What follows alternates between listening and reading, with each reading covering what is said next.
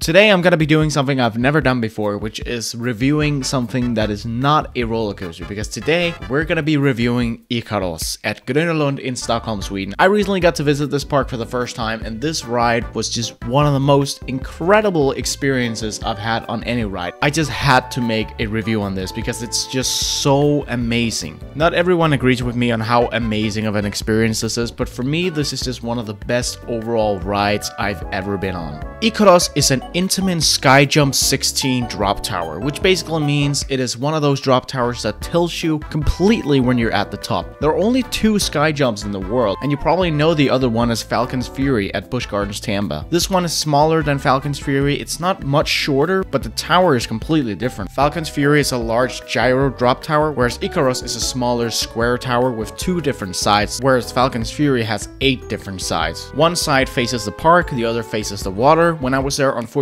the water side was closed, so I could only ride the park side. I got to ride this ride 4 times. I was trying for a 5th ride, but it was closed. It opened back in 2017, and at the time, it was the park's 3rd drop tower and the tallest drop tower in the park. The only ride in the park that beats it by height is Eclipse, which is the Starflyer. And Ikaros is a really cool ride. Aside from, of course, having a really cool ride experience, it also has a super cool theme. It's themed to the character Ikaros from Greek mythology, who got trapped on the island of Crete and had to fly away, but got warned not to fly too high, which he did anyway, and that resulted in the sun melting his wings, so he crashed into the sea and freaking died. Hence the sun at the top of the tower. It's a really cool theme, and while it's obviously not super detailed, it doesn't really have to be. The story alone kind of does it, if you know the story, that is. And I gotta say, with the colors and the sun on top, this is the coolest and best looking drop tower I've ever seen. In fact, the only tower ride I've seen that looks better than this is actually Eclipse. It's a high bar to beat. Getting back to the ride itself, it's 311.7 feet tall, so it is a giga drop tower, if that's even a thing. However, as far as I can find, the drop itself is only 249.3 feet. However, I'm not sure about that. That's just what Google said, because I actually feel like the drop is bigger than that when I wrote it. I'm pretty sure it's a little longer or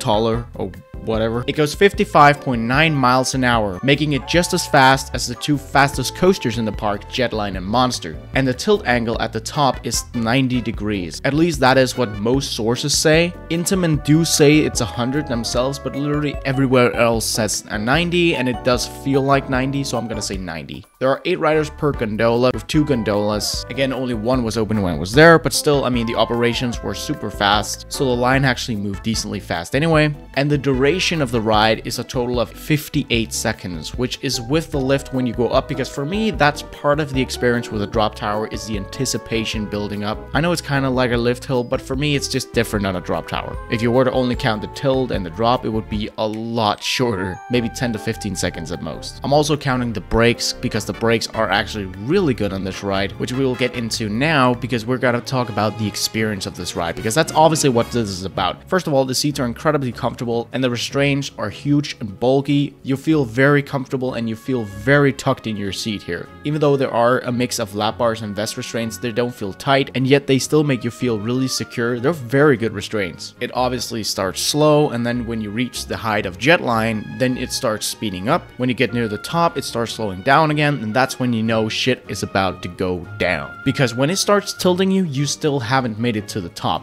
It tilts you around the same time you stop. So when the gondola slows down, that's the warning. And when it tilts, holy fuck. I mean, first of all, I'm not the best with heights, so when I'm up at the height, I'm already kind of freaking out. So when it flips, holy shit, the flip is incredible. I mean, again, you feel very secure, especially if you stable yourself, which I gotta admit, I did that. I did that on all my rides. But the tilt itself is insane. Looking straight down with nothing below you at a height of 300 feet is insane. It's a beautiful view, I gotta say. I mean, of course it is, but hanging there was just terrifying. And you hang there for a solid 5 or 6 seconds or so. And when the then finally drops you, I gotta say, that's probably the biggest adrenaline kick I've ever had on any ride, when it dropped me on my first ride. And on the latter rides, it was still an incredible adrenaline kick. Unlike a normal drop tower, this does not give you any airtime or any lifting feeling. Instead, this drop feels more like a launch, and it's a pretty solid, snappy launch. The drop is just incredible as it just plunges down, and you just plunging down towards the ground is terrifying, especially considering that Intamin drop towers break really late. They have very late breaks, and you just gain more and more speed on your way down. It's just one of the most amazing experiences I've ever had on any ride. And if you watch my POV of this thing, which was my first ride, you can definitely hear how fucking terrified I was. I was whining like a little bitch. And when it then finally dropped, that little bitch whining went into one of the biggest victory screams I've ever had on a ride.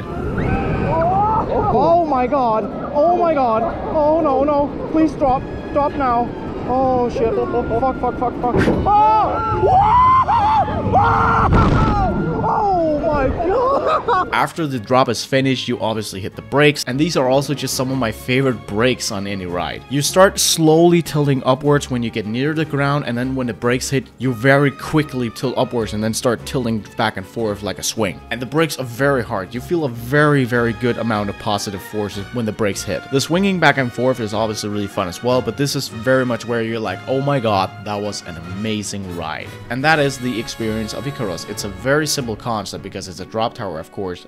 I mean, it's still more complicated than a normal drop tower because it tilts you, but still, what an amazing ride. If you're wondering, yes, it's also smooth. I know some Intamin drop towers are not, like Fitfell, for example, has a lot of wobbling in the drop, which is honestly really fun, but Ikaros is butter smooth, so there's nothing there. The overall experience of this ride, with the way it looks and the theme itself, the lift, the tilt, the drop, the brakes, all of it is top notch. This is one of the best rides I've ever been on. Not everyone is gonna agree with me, but for me, it was just down my alley. So let me know what you think of Ikaros, or maybe Falcon's Fury, because obviously the rides are very similar. Also, do you wanna ride this drop tower? Because even people I know who like drop towers don't wanna ride this. And I understand why. I mean, I can't remember the last time I was this nervous to ride a ride when I rode this. That's a lie, I can't. It was vertigo. But anyway, that's been it for today, boys.